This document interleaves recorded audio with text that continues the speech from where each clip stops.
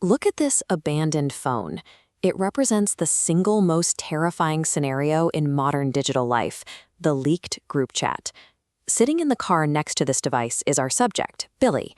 His battery is sitting at 1%, and in a fraction of a second, his entire social and professional life has been completely dismantled. Just moments ago, he was abruptly and permanently terminated from his pizza delivery job by his manager.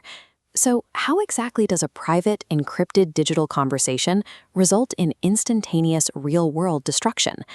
To answer that, we have to view the modern group chat accurately. It is a highly volatile data ecosystem where a single mechanical miscalculation triggers a catastrophic chain reaction. To understand how this system crashed, we first need to map the variables, the specific threat actors that inhabit the chat. This threat matrix charts our 3 user profiles. First, we have level 1, the ghost. As the data shows, this user contributes absolutely 0 outgoing messages, yet possesses an extremely high read-receipt metric. They are a silent observer, guaranteed to be the first entity to process your most embarrassing information. Next, the matrix highlights level 2, the instigator, typically named Bob. Notice this erratic spike in data output. Bob utilizes a tactic of dropping highly controversial opinions, like claiming the video game Minecraft is average, and then immediately retreating into a prolonged silence while the rest of the network fights. Finally, we reach our fatal variable, level 3, also known as Billy. This profile floods the chat with low-value inputs, like 4-minute audio memos of him coughing on a vaporizer, and flashes severe warnings for poor decision-making and non-existent spatial awareness. When you combine these 3 highly unstable personalities into a single localized channel, you have a powder keg actively waiting for an ignition source. On the night of the incident, the physical locations were set. Bob was isolated at his house, while Billy was finishing up a delivery shift for Big Caesar's Pizzas. The digital environment leading up to the failure was highly erratic.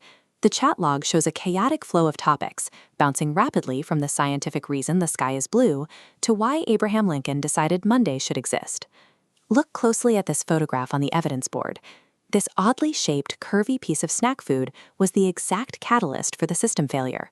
Billy found it and attempted to impress the group, a maneuver internally referred to as cooking. But this is where Billy's critically compromised spatial awareness caused a fatal mechanical error. This routing schematic illustrates the exact misclick. Instead of transmitting the low-tier image to the secure loop of his friends, Billy accidentally diverts an entire multi-year file block of the certified degenerates chat history directly to an unauthorized external node, his boss, Manager Gary. As the breach warnings flash, that massive payload downloads.